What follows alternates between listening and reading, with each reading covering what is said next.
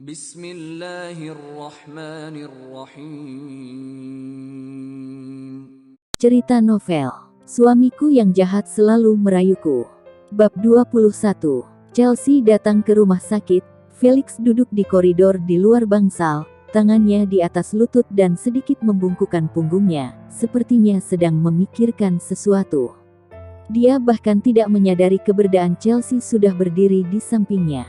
"Apa yang kamu pikirkan?"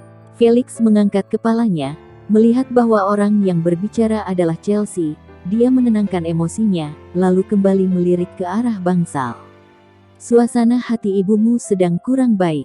Chelsea sudah mengetahuinya. Nah, kamu kembali dan istirahatlah. Di sini aku yang jaga." Mata Felix melirik perutnya. "Kamu sendiri juga perlu istirahat. Jangan khawatir, aku bisa mengurus diriku sendiri." Chelsea memberinya senyum ringan. Felix terdiam untuk sesaat dan mengangguk. "Kalau ada apa-apa hubungi aku." Chelsea menjawab, "Ya." Felix berdiri dan berjalan keluar. Menatap punggungnya, Chelsea mengerutkan bibirnya. Meskipun dia sudah lama mengenal Felix, tetapi untuk hal-hal Felix dia sama sekali tidak tahu. Tentang latar belakang keluarganya, kerabatnya, hampir tidak tahu apapun. Jelas bahwa ia memiliki sesuatu yang disembunyikan di dalam hati, jadi begitu fokus pada pemikirannya tadi. Saat ini, Felix berhenti, berbalik untuk melihat Chelsea, lalu berkata, "Aku mendengar sesuatu dari wanita-wanita itu. Ternyata seseorang memberi mereka uang agar mereka mengatakannya, dan bahkan menuangkan chat di pintu rumahmu." Chelsea mengangguk. "Baiklah, Kak, jika kamu memiliki masalah, kamu juga bisa bilang padaku." Chelsea memandangnya. "Aku baik-baik saja," katanya dengan tersenyum. Chelsea tidak bertanya lagi. Semua orang pun memiliki sesuatu yang tidak ingin dikatakan kepada orang lain. Setelah Felix pergi, dia tidak langsung masuk kamar, tapi bertanya-tanya, siapa yang melakukan itu? Diana, Patricia. Tapi mereka tidak tahu dirinya hamil.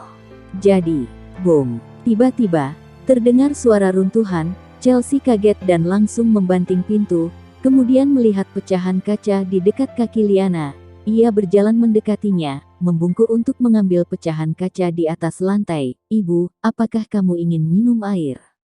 Duduklah, aku membersihkan di sini dulu, lalu menuangkan untukmu." Kata-katanya belum selesai, tiba-tiba Liana meraih pergelangan tangannya, dan wajahnya dalam ekspresi trauma. Chelsea melihat ke atas dan menatap ibunya. "Ada apa?"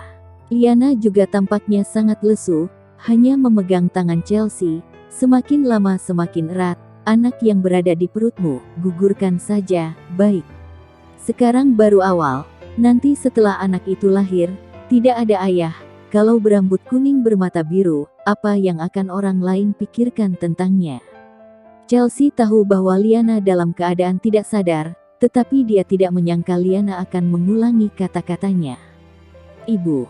Liana melepaskannya, jiwanya seolah-olah keluar dari raga. Dia terus mengulangi sebuah kalimat, "Kamu tidak rela, aku tahu kamu tidak rela." Dia duduk di tempat tidur rumah sakit, meringkuk tubuhnya di kepala ranjang, dan berbisik, "Chandra sudah pergi."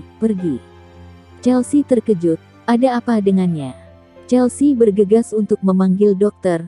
Liana tidak mau bekerja sama, dan bahkan melukai dirinya sendiri. Dokter memberinya obat penenang. Dalam analisa awal, pasien mungkin menderita penyakit mental, kata dokter setelah pemeriksaan. Tubuh Chelsea gemetar, kedua tangannya memegang kabinet di belakangnya baru bisa berdiri teguh. Bagaimana bisa begitu serius? "Apakah ibumu pernah menderita trauma mental sebelumnya?" Sebenarnya, ini bukan tercipta oleh satu stimulus, tetapi karena depresi batin yang terlalu lama. Begitu depresinya meledak, akan menimbulkan penyakit mental. Bibir Chelsea gemetar. Ibunya tidak pernah tertawa setelah dikirim ke luar negeri oleh Tom. Dia pasti menderita trauma di dalam hatinya. Kemudian adik laki-lakinya lahir dan menderita autisme. Kemudian, adiknya meninggal dan Chelsea hamil. Semua kejadian itu pun sangat membuatnya terpukul. Sebelum lanjut, jangan lupa subscribe, like, komen, dan share ke medsos kalian. Cerita novel. Suamiku yang jahat selalu merayuku. Bab 22. Tidak ingin berpikir lebih mendalam. Ibu, maafkan aku, jangan melepaskanku. Freddy terkejut, menatap tangan kecilnya yang menggenggam kerahnya. Tatapannya perlahan-lahan tertuju pada wajahnya. Dia tampak sangat kesakitan, seperti menderita histeria.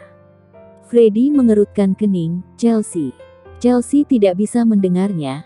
Seolah-olah terjebak dalam kepanikan, dia tampak sangat gelisah, tetapi sesaat kemudian dia kembali tenang, melepaskan Freddy, dan tertidur.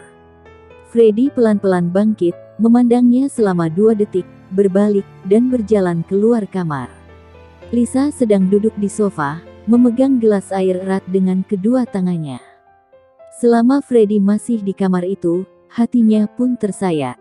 Bukankah wanita ini seharusnya merawat ibunya di rumah sakit?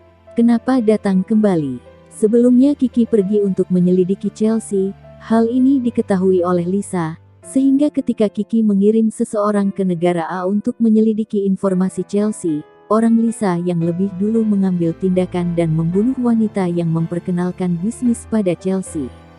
Wanita itu meninggal. Mereka menciptakan ilusi bahwa dia secara tidak sengaja jatuh dari gedung. Itu sebabnya Kiki tidak mengetahui apa yang terjadi malam itu. Dia mencoba segala caranya.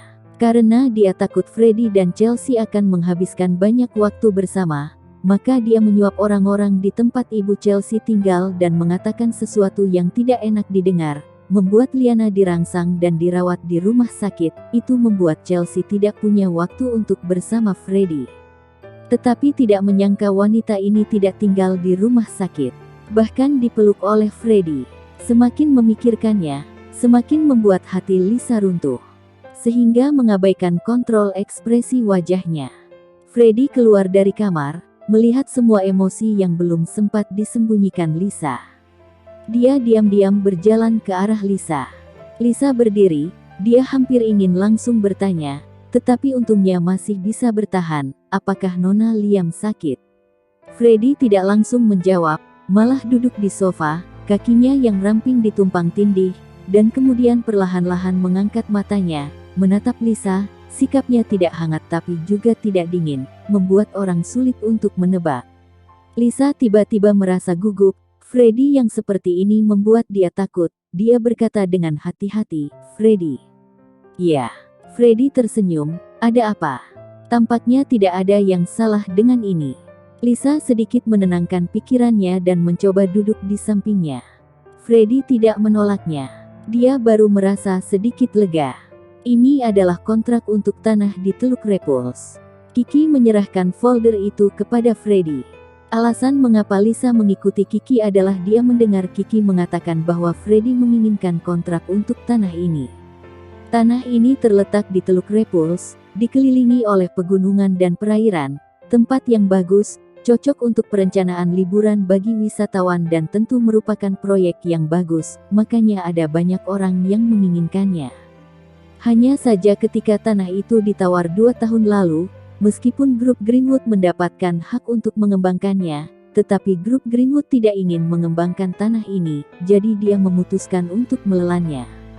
Namun tiba-tiba Freddy menginginkan kontrak tanah itu, membuat Lisa sedikit khawatir. Lagi pula, sebelumnya saat Tom pergi ke perusahaan untuk menunjukkan bahwa dia menginginkan tanah ini, Freddy tidak menanggapinya, bahkan tidak bersedia untuk bertemu dengannya.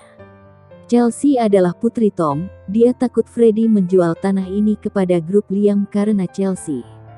Dia tidak peduli tentang tanah ini, tetapi dia peduli sikap Freddy kepada Chelsea.